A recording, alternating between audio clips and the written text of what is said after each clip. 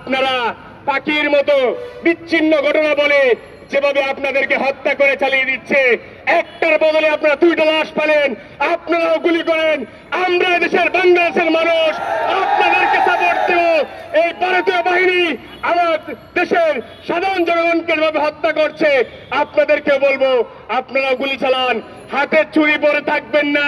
এদেশের মানুষ কখনো অন্যায়ের সাথে মাতানত করে না, ভবিষ্যতেও করবে না। এই বলে আমি আমার বক্তব্য শেষ করছি। ধন্যবাদ সবাইকে। ধন্যবাদ।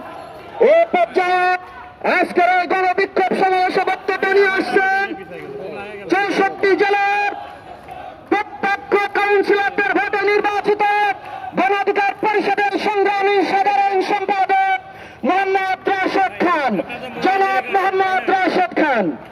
সমস্যা আছে ভাই।